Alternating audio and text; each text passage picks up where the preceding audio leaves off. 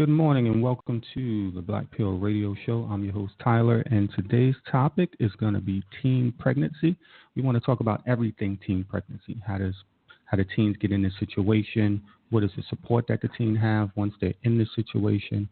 We also have two moms who are on a panel, and they're going to talk about their experiences as they have became teen moms. And then we have a lady on the panel who's going to talk about her organization and how she helps teen mothers. So I'm going to throw it around the panel so they can introduce themselves to you. So we will start with Miss Tina. Hi, good morning. Thank you, Tyler. My name is Tina King, and I'm the co-founder of an organization called Complete Chocolate Couples. What we do is we empower, educate, and inform families. We start with the adults first, and we feel that once we reach the adults, we would eventually reach the children, and that's going to promote overall family health, mental health, and structure overall. I became a teen mom at the age of 18, and just basically looking forward to sharing my experiences regarding that. Thank you for having me on the show. You're welcome. And Nneaka? Good morning. Thank you, Tyler, for having me as well. I am the owner of Celebrities Mobile Boutique, which is a fashion truck on wheels. And what I do is I hire I was a teen mom, should I say, and I hire young ladies from the Summer Youth Employment Program, and I teach them how to look good on the outside, but I also teach them how to feel good on the inside as well. And last but not least, Miss Meredith. My name's Meredith Barber. I'm the Senior Director of Institutional Advancement for Leek & Watts. We are an award-winning children and family services nonprofit organization. We have over 45 programs at 27 different locations throughout the 5 boroughs in everything from foster care to early education to juvenile justice, including several programs that support teen moms. And I'm delighted to be here. Thanks for having me. Sounds wonderful. So I know this is a touchy topic for some people. So Tina, I would like to start with you. Can you just give us a 2-minute to 3 minutes opening about how you became a teen mom? What was your mind frame when you became a teen mom, and did you have any support systems to help you? Okay. Product of my environment, pretty much. I was young, I wasn't raised with my mom and dad. I was in foster homes, and just pretty much looking for attention, looking for validation at a young age. I met someone, and, we think that we're in love, and we get told we're beautiful, and, we get told the right things that we don't necessarily hear at home from mom and dad. So it felt to me like I felt like I was an adult. I felt like I knew it all. And then one thing leads to another, and next thing you know, I'm forced to be a parent, and I don't really know what parenting means. So just pretty much, I was forced to become an adult very quickly, and taking what I've learned. We all know it's on-the-job training. There's no manual that teaches you how to be a mom. So here I am trying to grow up, trying to learn how to be an adult, still trying to have a childhood, and now I have this baby who I have to try to make sure that I'm a good mom too. So that's pretty much it. All right. And Nneaka, is your experience similar, or did you have a different experience? My experience was a little different. I got pregnant the first time I had sex at 16. I was a tomboy. I wore my pants hanging down, my sneakers open. And back in the days, back then we wore 2 different sneakers. If you had what they call 5411s, which are Reeboks, I don't know if you remember that. But my mother, she's from the South, and she was a single parent. She didn't understand being a tomboy. Back then it was either you were straight or you were what they called a bulldagger. So I was a bulldagger. That's what she told me. And I was tired of her saying that because I knew that I just didn't like boys. They got on my nerves. They annoyed me. They just made me sick. But I knew that I liked them. I just didn't like them like that. And so I told her one day, I was like, well, I'm going to prove to you that I'm not a bulldagger. And I didn't mean to get pregnant, but the first guy that told me I was cute, because I was really dark skinned. So I got teased a lot in school. We call it tease, but now they call it bullying. Children are committing suicide, but we just took it, And so when the guy told me I was cute, okay, I gave it up. And yes, I was pregnant at 16, and I had my son actually the day after I turned 17. So That was my experience. And I ran away from home because I just couldn't face my mother after that. And so I basically raised my son. Well, we learned together to raise my son, and it was not an easy experience. So I really didn't have any help. I didn't really ask for any help because I just thought that I didn't deserve any help at that point. So that's my experience. Okay. And I might have another caller on the line who's also a teen mom. Miss Geneva, can you hear us? I can hear you guys. Can you hear me? Okay. We can hear you Hello? pretty good. All right. We can hear you. Can you hear us? Yes. All right. So I'm going to bring Miss Geneva in now. I want you to introduce yourself to the audience and then tell the audience your experience about how you became a teen mom. So my name is Geneva Farrow. I am a licensed real estate agent and sales trainer currently. I'm also the founder of a nonprofit organization called The Young Mother's Dream, and our goal is to help young moms to complete their education by providing them with scholarships.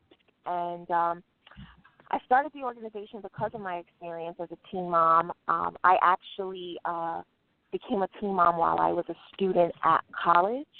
I went to Temple University, and during my sophomore year, at the very end of my sophomore year, I found out I was pregnant.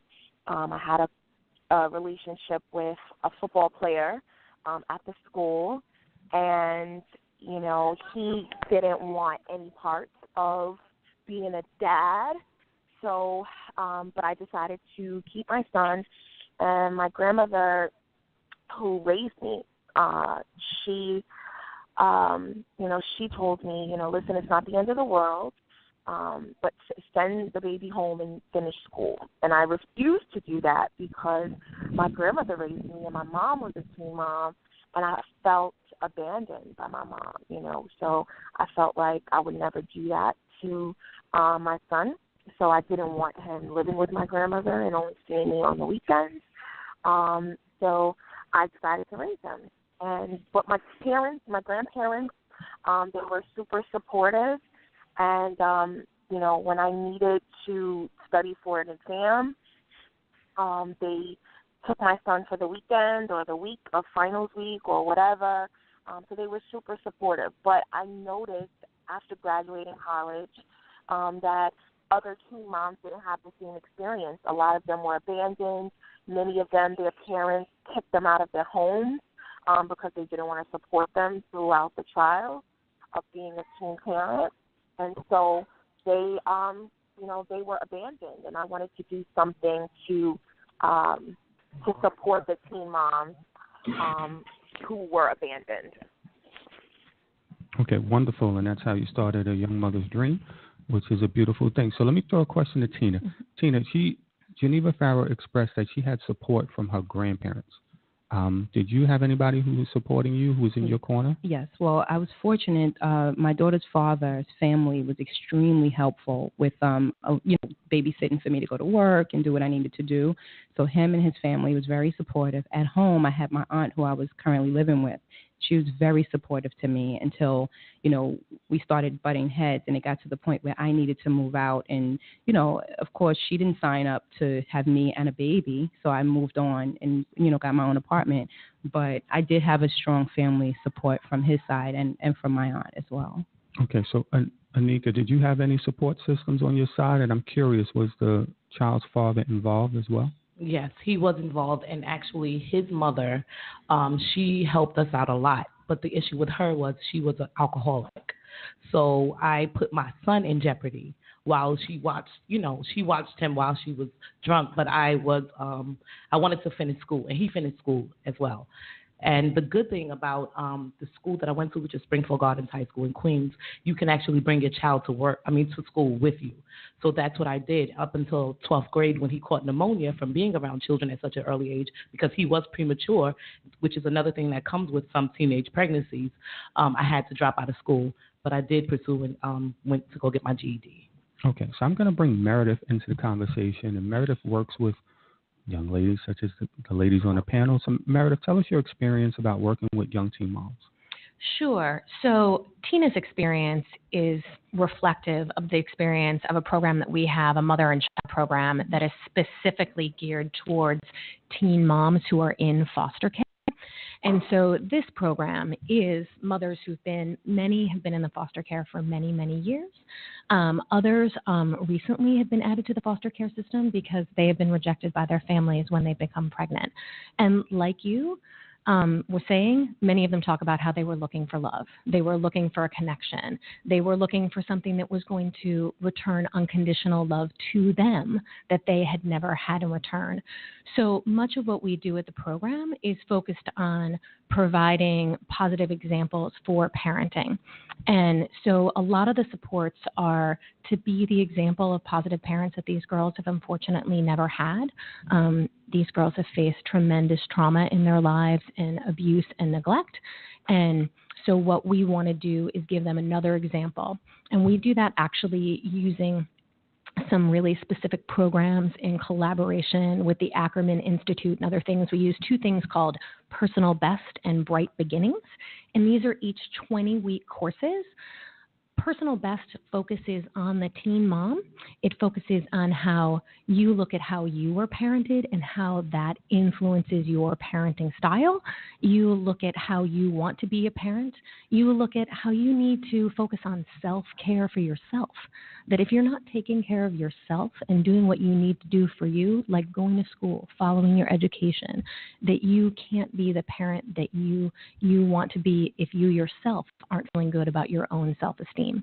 And Bright Beginnings focuses more on both hard and soft skills in parenting, right? So as a new mom, there's no manual, as you said. None of us know what we're doing. We don't know how to, when am I supposed to introduce this solid food? Is this quote unquote normal behavior? When is my kid supposed to be walking? How many words should they have? We don't know what these things are. And so Bright Beginnings focuses on learning about those specific developmental milestones, giving you the knowledge you need, but also like, how do you deal with stress in the time when your baby has been crying and crying all night and you are so sleep deprived and your baby's 8 weeks old? How do you not revert to abusive behavior that was maybe, perpetuated on you? So we talk about all these different things, and that's just the beginning of some of the supports. All right, so Meredith talks about education for parents, right? Did any of you ladies have any education beforehand, and did you receive any education after? I had education before, high school, beforehand. And then afterwards I did go to college as well. So yes. Okay. And Nneaka? And like I said, I did complete my GED, and I am currently a full-time student at Mercy College. So I graduated in May. Okay. And Miss Geneva Farrow, did you have any sex ed before you got pregnant? And did you get any parenting training after you got pregnant or after you had your child? So I was a college student, so in regards to academic education, I was, in college. But in terms of parenting skills and parenting classes, I didn't have any formal parenting classes. My grandmother, though, she babysat children. She was a stay-at-home mom my whole life, and she babysat children. So I was always around a lot of children, even though they weren't, my own. But I was exposed to, her raising and taking care of a lot of different children. So that was my informal parenting education, but I still called my grandmother all the time to ask for advice in taking care of my son. Okay, that's wonderful. So I have a question for you, Geneva. When women get pregnant, it's always their choice if they want to keep the child or not keep the child. The father, he doesn't make the final decision. Maybe he has say, maybe he doesn't have say. So I'm curious to know, when you were pregnant and you approached the baby's father, you said he didn't want to really be involved or he didn't want to be a father. What was that situation like for you and him? And did he step up and be a dad in the beginning? And now fast forward all these years later, is he still involved in his child's life? So in the very beginning, he sort of disappeared, completely throughout my pregnancy. And then he came back maybe around 7 months. his brother had talked to me and was like, we're about to bring a baby into the world, and we should, definitely speak. And so we did. And he was there for the birth of our son, and he had an intermittent relationship. So there were times when, he didn't get along with me, and then he disappeared for a couple of years, and then there were times when he was present. So fast forward to my son will be 17 this year. He has a presence in his life. It's not a consistent presence as I would like it, but he is present, and my son chooses how he wants to, maintain that relationship. Okay. And Miss Nneaka, what was that situation like for you? Well, excuse me, my son's dad was in his life, like I said, in the beginning, but the issue was he was very physically abusive. And I stayed in that situation because I just didn't know anybody. I knew that it was wrong because I watched television and I knew what real relationships what I thought was supposed to look like. But I stayed because I couldn't go home. And so he was there. But when I finally had enough and I left him, he left him. And so now my son is 24. And I always ask him, like, did you speak to your dad? You speak to your dad? No, I don't want to speak to him. I have nothing to say to him, so he's basically not in his life. Every now and then he'll call but he is definitely not there. So he was abusive to you, but was he abusive to your son? No, I got out before that time. Yeah. Okay. Mm-hmm. All right. And Miss Tina, what was your situation like? The situation was when I told him the news, I think both of us immediately had fear of what is my aunt going to say, because we were afraid of what would happen with my relationship at home. His words were, I will always be there for my daughter. So whatever you want to do, for my child, whatever you want to do, just go ahead and do it. So it was a tough decision on my end. Do I disappoint my aunt? Do I, am I ready, or can I just end this right away and move on with my life? So, of course, 25 years later, I'm here to say that, I made the right decision, and he's been there for her. He's been, in and out of prison a lot of her years. But for the most part, he's been steady in her life, and they have a great relationship right now. And I would say out of the 25 years that she's been here, he's been away maybe 5 or 6. So other than that, he's always been a part of her life. They're very close. All right. So, Miss Meredith, I have a question for you. So some of the young ladies expressed abuse. Some ladies expressed that the men are kind of in and out. Some of the men are in prison and in and out of prison. With the young ladies that you deal with and work with, are there any resources for the fathers of their children? And what do you notice in terms of like your opinion on the stats, maybe with the ladies that you work with, about the fathers being involved, not being involved, maybe some of the fathers being abusive, some of the fathers being in and out of prison? Can you just give us an idea on what that's like in your organization? Sure. We have in the Mother and Child program, specifically for the teen moms in foster care, many of the dads are involved in the lives of their children, and they're still in relationships with the young women who are living in our community residence. Some are closer than others, and some actually seem to be healthier than others, where grandparents are also involved on both sides, more on the dad's side, actually.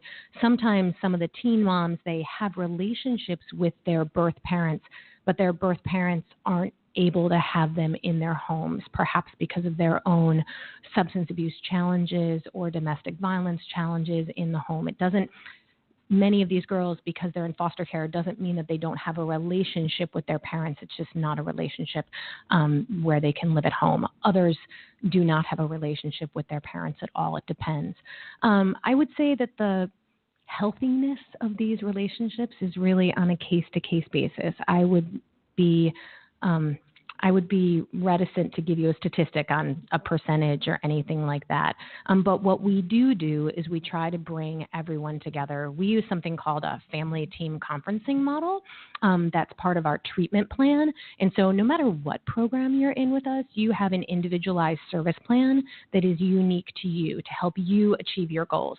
So, for example, if we have a mom who hasn't finished high school, we're working on helping her to finish high school. Her baby can stay in our on-site nursery nursery during the day where we have, staff who are engaging the kids in positive, early education and pre-literacy activities on site. Maybe one of the girls has graduated from high school. We have one girl that's at Hostess College right now, another one that's at BMCC. So we're going to help them achieve their goals. Other goals might be, around anger management or domestic violence. And in those cases, at this family team conference, dad is at that family team conference if we can get him there too, right? And we want dad to be part of the planning, not only for mom, but for the baby.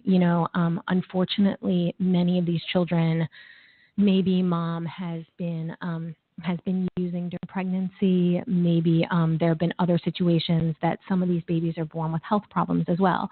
And so we have to make sure that we are addressing health problems or cognitive delays that we may be seeing, so everybody's getting all the service that they can poured onto them. Because statistically, children of teen parents do not fare as well as the general population. And I'm totally inspired by the two women that I'm sitting in the studio with. But I think sometimes that can be the exception rather than the rule, as I'm sure you know. And so we want to make the girls in our care the exception, not the rule. Okay, so just to be clear, the beds that you offer, are they for just the women or are they for the fathers as well? They're just for the women. So the home that I'm specifically talking about actually has capacity for 12 moms and their children. There's a room for each dyad. So every mom has her own room with her child. So either a toddler bed or a crib in the room with each mom. And then there's also a nursery downstairs. We have a wide open dining room and living room for community living. There's actually a special dedicated space upstairs just for the young women studying. That's their own space, and a separate dedicated playroom that's not for the nursery with the staff, but just for moms and their children on their own, so they have their own mom space.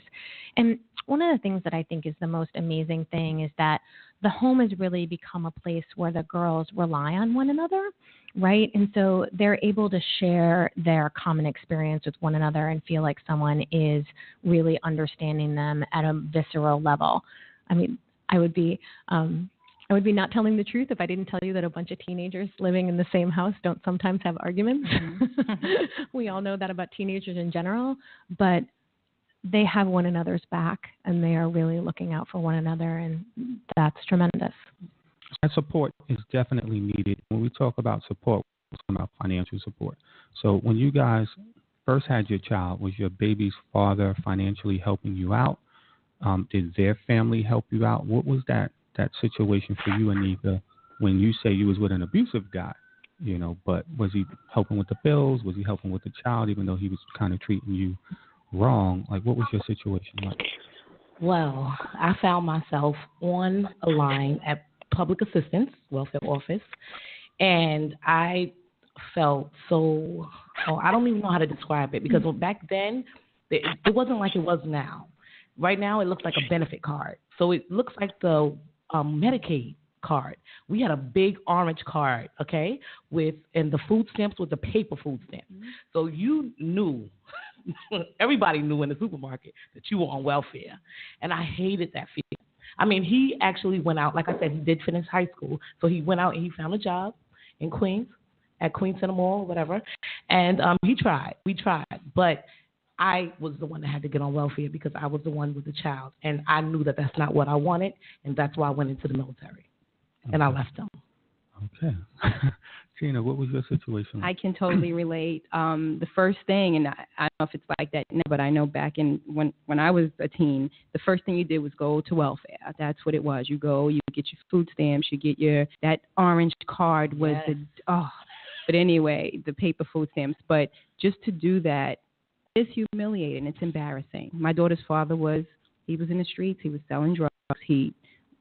You on the outside looking in, there was no money issues because he had money. But I always was the type of person that I needed to have my own. I needed to, and I teach my daughter that now. Have your own. Do not be in a position where you need to depend on anyone. So if he was to go to jail today or tomorrow, I needed to be okay. My aunt was struggling. There was no way I could put it on her to take care of myself and my daughter. So anyway, he money wasn't an issue for a while, but then when we would argue, he would say, I'm not coming around. So what happens when I need Pampers? Because we had an argument.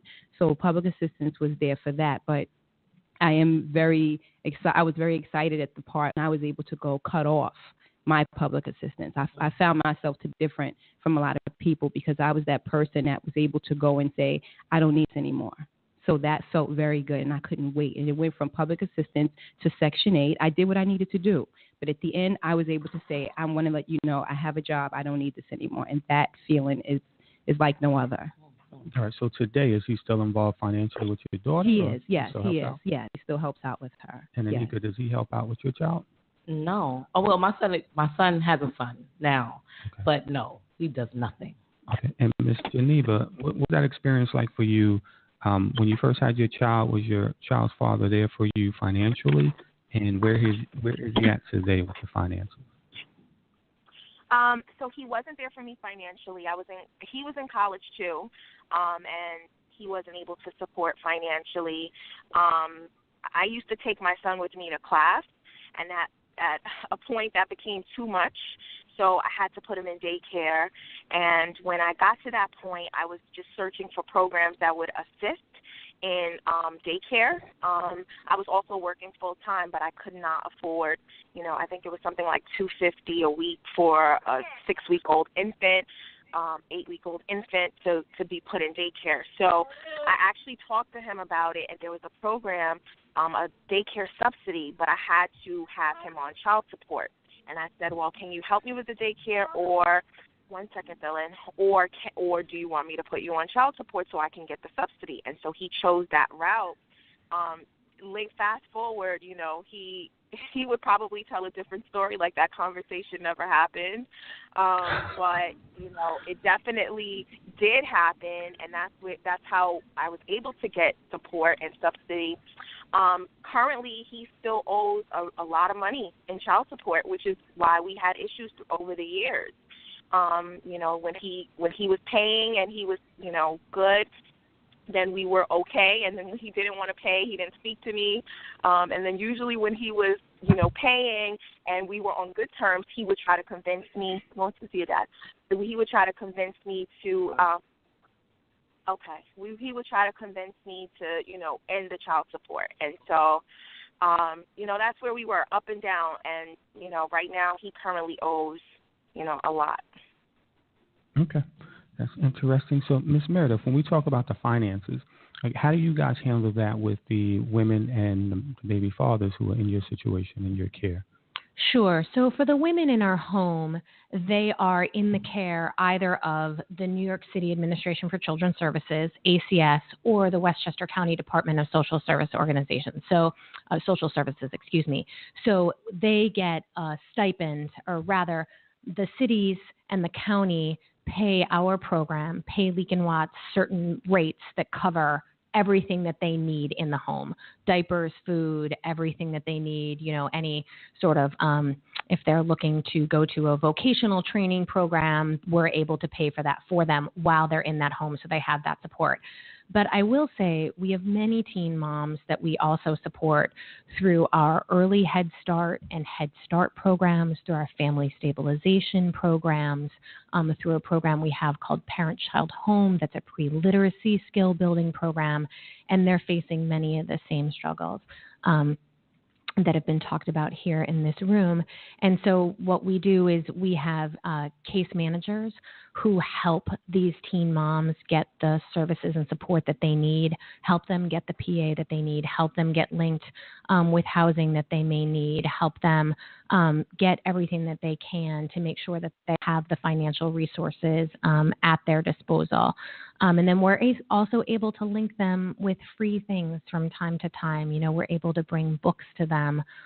For the young women, we actually had a wonderful donation from a furniture store where they gave every girl a $600 gift certificate. So when they move out, they have that $600 to buy furniture in their homes, which is great.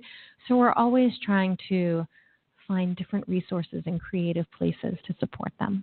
So when I look at the numbers, I'm looking at teenhelp.com, and according to them, they say 80% of unmarried teen mothers end up on welfare. So we kind of talked about that, and I know none of you guys were married. It also says 15% of teen mothers go on welfare within the first year. So that was the case for you guys. And it says there's a $9.4 billion taxes that the government spends to cover teen child care needs and teen birth issues. So my question comes to social responsibility, right? And not putting blame on any of the teen parents out there, but in terms of how we were taught, what we learned, and how do we apply that in our lives as teens, right? So, Tina, you talked about dating a young man who was in the streets. He was on drugs. No, he was selling drugs. He was selling drugs, sorry. He was on the street selling drugs. Mm-hmm. So chances are he probably wasn't going to be around because we know that's a stat. Mm-hmm. As a teen, just probably not thinking about it anyway because you're in love and you're oblivious to it. But we know that's how it's going to end up. And Miss Nneaka, you talked about you was with a guy who was abusive to you. Was he ever abusive to you before you had the child?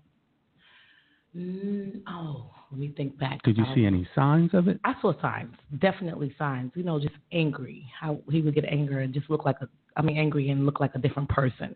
But I don't think physically until after the fact, because I think he felt like he had me then because I had a child. And I think Geneva's situation is a little different than you two guys because she was in college. She was in her sophomore year. She felt grown. She's doing her thing. She's independent. So it's probably a little different experience than you two guys. But what do you two say to people who will say, well, even though you were young teens and, teens make mistakes, teens, make poor choices, but that you guys are causing a burden on our tax dollars, that if we're not in this situation, that if you guys didn't put yourselves in this situation, then things would be different. And we're going to talk about the school-to-prison pipeline soon as well and how much money the educational system is spending on that. But what would be your answer to anybody who would say you were socially irresponsible? I would say they were correct. I was socially irresponsible. And my way of giving back is becoming a foster parent. And I'm a therapeutic foster parent. So I took it one step further.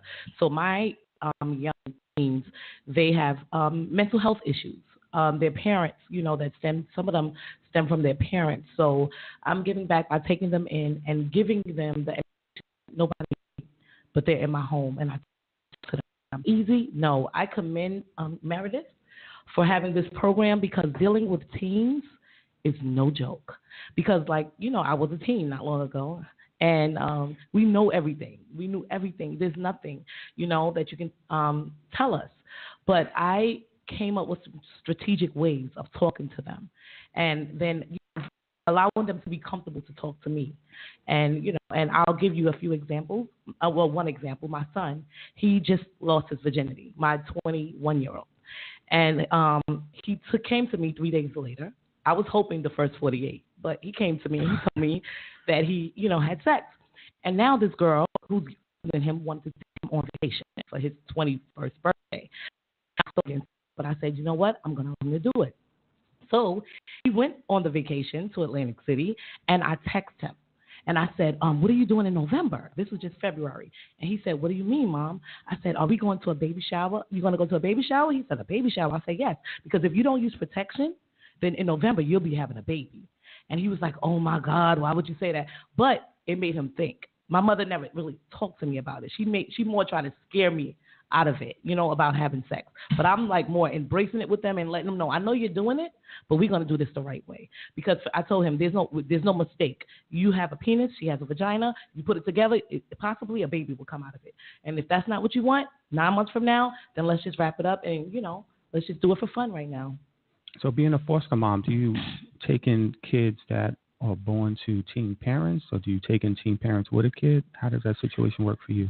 Well, I was totally against that first, taking in teen parents with a child, because I just was like, oh, God, I can't do it. But I did. I did it. And I don't regret it because I felt like I was protecting the child. It just was hard to deal with the parents, because they're 18, 19, they want to be an adult, so they want to set their own rules. And I can't allow them to come in and set their own rules. You have to live by mine. So that's the most difficult part of it, is trying to deal with them when they think that they're adults as well. But while they're there, which they don't last a long time because they want freedom. They want to be out, or whatever. But what I do is I pray and I ask God, for however long they're in my home, allow me to instill something in them that they can take with them when they leave. And actually, like 2 days ago, one of my teen mothers called me. She was like, I'm back in care, because she wanted out of care.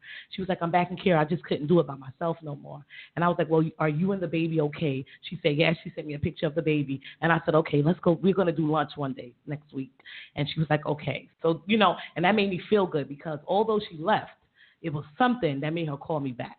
And so I feel like, yes, I was socially irresponsible, but I am giving back. Excellent. So, Tina, when your situation, there's a lot of young girls out there dating guys in the street. These guys are flashy and they say all the right things, like you mentioned earlier, and girls get caught up in that. Some girls are not raised with their parents or responsible parents to kind of school them on how to avoid that, because that's definitely a trap. And now you're raising a young lady yourself. So what was your thinking back then? Did you feel you were socially irresponsible? And how are you taking your experience and teaching your daughter about your experience? Okay. I was socially irresponsible, but, I don't want to take 100% of the blame. I would like to, even now, see more adults, do their part in helping their community and helping the young ladies and helping them in any arena that they're in. You can always give back just a little bit to help someone. Maybe, young ladies such as myself didn't grow up with their parents, didn't grow up with with anyone telling them constantly. I mean, my family, and I was in foster care, but I also wound up back with my family, which is my aunt. And, we have families telling us, don't do this, don't do that, but we never really understand why. And we never really have anyone in the community to tell us why. Everyone's kind of like taking care of their own business, and that's it. So, no, I will not take 100% responsibility of that, because I could have used some help. And what I do at this point with my daughter, I like to lead by example. We have a very good relationship. She has a very good emotional support system between myself, my husband, and her father. We all get along and we co-parent very well. And she has that to witness. I've also tried to instill in her to not make the mistakes I made. My mom had me when she was 17. So it could be a vicious cycle. So my daughter, I made sure that I lead by example and tell her why it's important not to do this. I didn't have anybody to really beat that in my head why you shouldn't do it. And in turn, I'll give you an example of giving back. Where I work at during my day job, I'm in the financial industry. We have a program that we're involved in called Year Up. It's the Year Up internship program, where you might be familiar with that program, Meredith. Yeah, so we take teens from like maybe 18 up until 23 or 24 years old, and they're taken from low poverty, neighborhoods, kind of sticky situations at home, and they give them internships for 6 months in corporate America. So I see these interns come in, and I manage the program for quite a few years, and they just come in and they go to work, and that's it. I said, I'm not going to be the person that tells them, make sure you get here on time, make sure you do this and do that. I give them that. They call me momager. I give them that mother support. So you can't call in and say, I didn't come in, I was late because my iron didn't work. Because when we put that conference room door, I'm in them like a parent. Don't do that. I'm giving it to them what they understand, what they would get if they had it at home.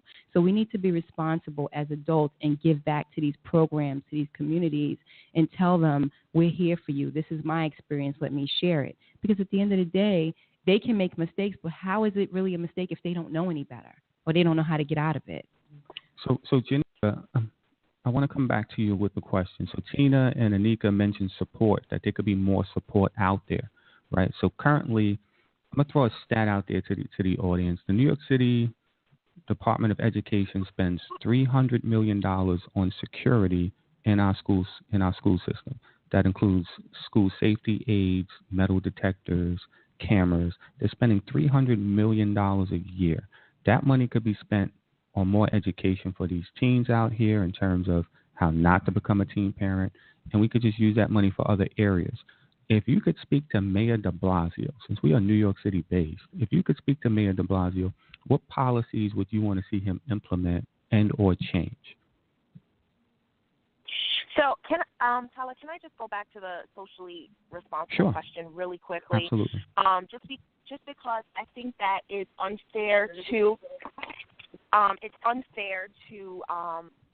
blame teen moms for becoming teen moms. You're talking about children being socially responsible, and I don't think that's a term that we should be responsible for. Teens should not be held liable for making mistakes, like becoming a teen parent, and placing a burden on society. I think that that's a heavy burden to put on teen moms. I think that there was some lapses in our parenting. A lot of us, I think all three of us mentioned that our parents were teen parents, so the cycle that keeps going. So I think the responsibility should be placed more on the adults that are parenting the teens, and not the teens themselves, if that makes sense. Got it. It does. And so in regards to policies that I need, that I would want Mayor de Blasio to put in place, I definitely I think that there needs to just be more support at a younger level. I believe that at middle school and elementary school that the students are getting younger and younger and talking about sex, and teen moms are getting younger and younger. I think I went to a Christmas function this December at a group home, and the mom there was 12. She had a 6-month-old baby, 12 years old. And I think that I don't know where the support is happening for those moms, for those teens. Who's looking out for this 12-year-old, and why is she even thinking about sex at 6th grade or 5th grade? Why is that an option? So I think that there should be parenting support for the teens and the middle schoolers. Maybe their parents were not taught how to be parents, or maybe they're not present. And that's why I think the program for foster children is important as well, because where they have issues in their home and their parents and their guardians are not capable of taking care of them, that's where sort of the lapse comes in and that need for love comes in. So some sort of policy that strengthens the family unit, the parenting, and providing support and activities for students even younger and younger, so that they're not out having sex and getting caught up in these situations at 12 and 14. Excellent advice. I'll throw it to you, Tina. If you could talk to Mayor de Blasio and discuss a policy you would like to see implemented or something change, what would that be? Just resources, just providing more resources for these young ladies to take advantage of. And I mean, as teenagers, we think we know it all, right? So just because some resources may be there, you may get some resistance from them. They don't need that. But again, make it something that's more appealing to them. Try to hit home for them, something that they'll be interested in. If they're interested in, the latest fashion, make it a fashion show, but have some talk about teen pregnancy and things like that in between. Just implement more programs for us to take advantage of as teen moms and make it more attractive, something that'll make them, unfortunately, it may be something that starts at 9 a.m. They don't want to get up that early on a Saturday. Start it at 12. Just something that's going to help them. And then hit the parents as well. Try to give them something, some type of incentive, a discount off this if you participate in this program. I don't know. But just something more than what we're doing right now. And Nneaka? Yes, I would say the same thing. But I think that they should have a program for parents now with teens. Because I also drove Uber and I picked up a lot of teens. And one guy, boy, he stood out because we were talking and I said, "Where you going? It's so late." And he said, "Well, I'm going to a girl's house." And I said, "Why are you whispering? Like nobody's around." And I said, "Your mother don't know where you're going, right?" And he said, "No." And I was like, "Why didn't you tell her?" He said, "I could never tell my mother. Like I can't talk to her." And I felt so bad for him. So I was telling him that I have sons like your age, and me and him were just talking. And when we finished talking, he was like, "Dang, I wish you could talk to my mother." I would want to tell her what's going on, but I just can't. So I think that they should have a program for adults to deal with their teenagers, how to speak to them, how to connect with them, how to, and just say the word sex, sex, sex. It's like some people think sex is like a bad word, and that's why they don't want to talk about it. And I just refuse to be that type of parent. We talk about it. My daughter's 13, And she knows all about it. We talk about it, and she has questions. Sometimes I'm a little uncomfortable, and I'm like, God, please help me, give me the right words to say. But she knows about it because I'd rather tell her than somebody else. I think also in talking about the question about social responsibility, we need to talk about so much of the structural oppression and the structural racism that's happening in our low-income communities. And we need to be pouring services onto those communities. And I agree with Geneva. And when you're talking about social responsibility on a 12-year-old, who are we as a society to be placing that blame? It's our responsibility to be giving that 12-year-old and other teen moms the supports that they need. And that can be done in so many different ways. Like what, Nneaka, am I saying that right? Nneaka. Nneaka's talking about family support and parent support for those of us as parents to know how to talk to our children about sex. It's about other supports in the community to help the 17-year-old who is raising their child and doesn't want to perpetuate this cycle, make sure that she is able to finish high school, finish college, get on her feet, and really provide for children the way that she wished she maybe had been provided for. And so I think that's on us, and to have a conversation with that, not about that, would really be remiss. And I would also say to your question about what de Blasio is, if I had, the opportunity to tell de Blasio what I'd like him to do, we actually run a special education school that is for kids who have not been successful in their own traditional school. Many of them have mental health challenges. Many of them have conduct disorders. They have histories of truancy. And we do not have any metal detectors at our doors because we've made a choice that is not the environment that we want. That doesn't mean that kids don't know that there might not be the occasional spot check of their backpack and that you can't bring contraband in, but instead we're putting our resources into social workers, into the school, into extra vocational training. All our classes have no more than 12 kids with one student and a teacher, 12 students and one teacher.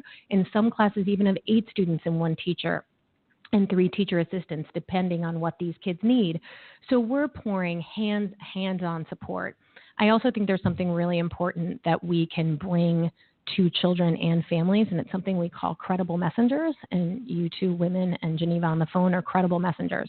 You are women within an area, and for you to talk to a teen mom has so much more credibility and meaning than for me personally, who was not a teen mom. I had my kids in my 30s, at a very different time in my life. And for you to speak to teen moms gives a gravitas to the message that others can't give. And so I think we need to be pouring resources into bringing credible messengers into our programs across the city for family support. So you mentioned something about a racist system. Can you touch on that? Sure. I think that we are in a time right now that is very, very troubling, where issues of racism, anti-religion, and other things have come and bubbled up to the forefront in a way we haven't seen in a long time. And I think that gives us also the opportunity to think about how we're going to combat that and who do we want to be. We at Leak and Watts actually have been involved with something called Undoing Racism, which is actually a nationwide effort, and I'm not remembering who started that, but it's really very interesting. And we talk about where is structural racism in society and where can we as an organization try to combat that. One of the things that we've realized that we have about 1,400 employees in our whole organization working at all our different programs. And we're looking at the fact that many of our frontline workforce that are in the care staff, and they're wonderful, but they have a high school diploma or a GED, whereas many others like myself who are white have college education and master's degrees, right? And so how can we help move that needle? So we are pouring money into tuition reimbursement to help many of our frontline staff go back to school to get an associate's degree or a bachelor's degree. And that's a way that we're going to combat structural racism. We're not talking about a random of saying racial slur. These are terrible things, but these are isolated incidents with different people, but how do we in our communities, we're largely in the Bronx. How do we look at our low-income communities in the Bronx and see how many teen moms or young moms there are, and how do we combat that and break that cycle? And that's just in one little corner working on our one program, helping that. So that's what I would mean about that. So when you guys have children at a very young age, the likelihood of these young men and young women going to prison is much higher. You guys usually don't get the education because you have to drop out of school and work. You guys can't get a really good paying job and support yourselves and live on your own because you only have a high school education. So the chances of you getting a job that's going to help you do that is very slim. So sometimes that leads to men going to the streets. Sometimes that leads to women maybe going to the sex trade industry and other things like that, especially when you don't have support like Geneva did with her grandparents and other people who can step up. And then that's going to lead to incarceration, especially for the young men. So that's taking the father from the home. So now you're breaking up these families. So these kids are being raised without a dad, and then they end up in the same perpetual cycle that we talked about. And some of you guys mentioned that your mothers and or fathers both wasn't really involved in it, and we know how all of that affects us. So I want to throw the question to Geneva. We have about 10 minutes left on the show. You're raising a young boy. How are you raising him now so that he doesn't fall or repeat the situation that you repeated when you was in college? Because unlike these young ladies here who had these pregnancies when they were in high school, yours came when you was in college. Some people say not so big a deal, right? But it happened in college. So your son, who might be 16, 17, and he's going to go to college soon, what are you going to say to him, and how are you going to prepare him so that he doesn't end up in a situation like you were? So, my son, he has had the opportunity to be around so many positive influences. As I was in college, most of the people that I'm connected to, the males, black males that I'm connected to, are college educated and, working in pretty good jobs. So that's the influences that are in his life. His godfather has a master's from NYU, a bachelor's from Temple.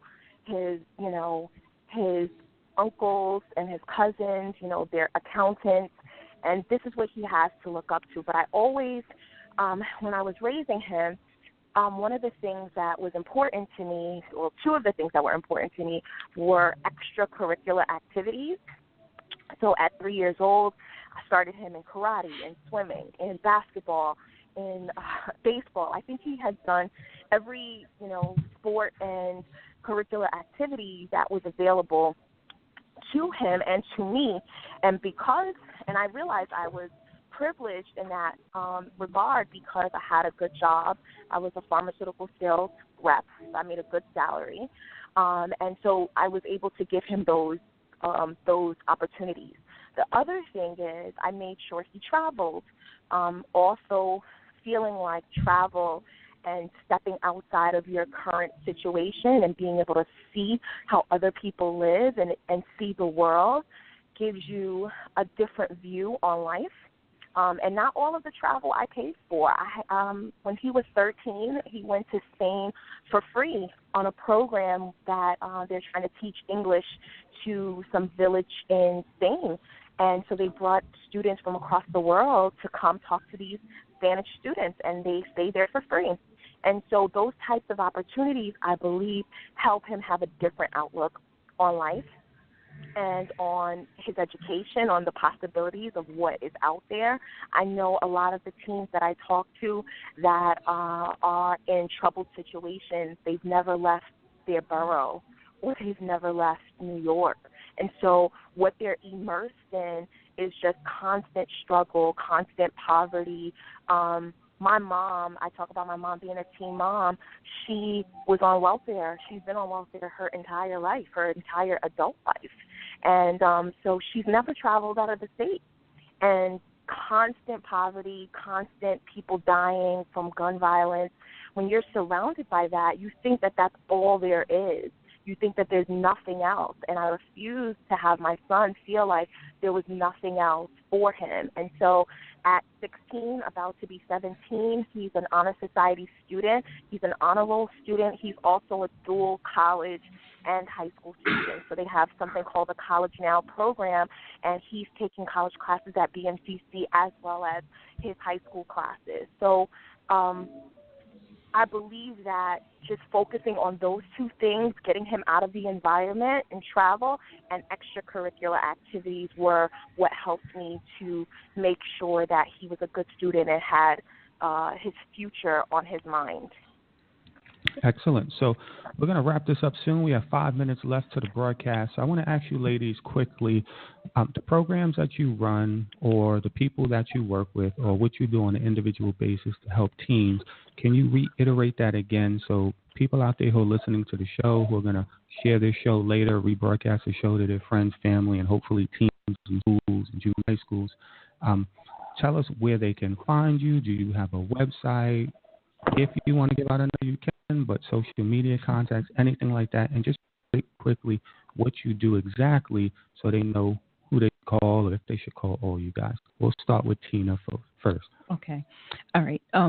Basically, I'm, like I said, during the day for my day job, I help with the interns there through the Year Up internship program. Also through our organization, Complete Chocolate Couples, we deal mainly with the parents, also certify related goes from coaching women who are still in relationships as well as teens and young parents or just young adults anyway. So I can be reached on Facebook at Tina King. I can be reached on Instagram as Tina King, and I can also be reached at Tina King at CompleteChocolateCouples.com. Excellent. And we'll throw this to Nneaka. And I, excuse me, like I said, I have a fashion truck. It's like a boutique on wheels, like a food truck, but it's a fashion truck. And I am based in Harlem on Lenox Avenue on 126th Street. But I'm mobile, so I go, I do different events. And I take in summer youth employees. So if you want to work for Celebrities Mobile Boutique, you just go to your school and say that I want to work for Celebrities Mobile Boutique. And then they will find me. My Instagram and Facebook is The Celebrities Boutique or Celebrities Mobile Boutique. And, yeah, that's my information. Okay. And Miss Geneva? So you can connect with me either directly on Facebook, which is Geneva Marie, or you can go to the A Young Mother's Dream Facebook page. A Young Mother's Dream used to have monthly support groups. We currently are not doing support groups, but we are providing scholarships. So any teen mom that is looking to attend college and needs scholarship support or is currently a college student and needs assistance, grades are not an issue. It's just that you just need to be an active student and enrolled, and you can get a scholarship from A Young Mother's Dream. The Facebook page is up. Also on Instagram, I am Geneva Marie. Excellent. And Miss Meredith?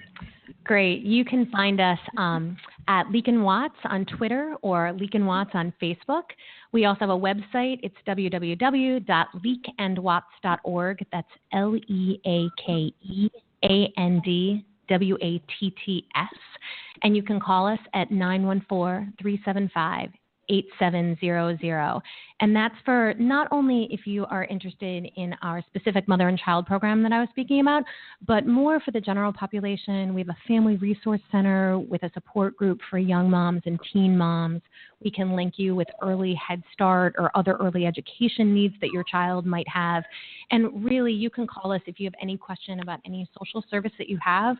With 45 different programs, we probably have it.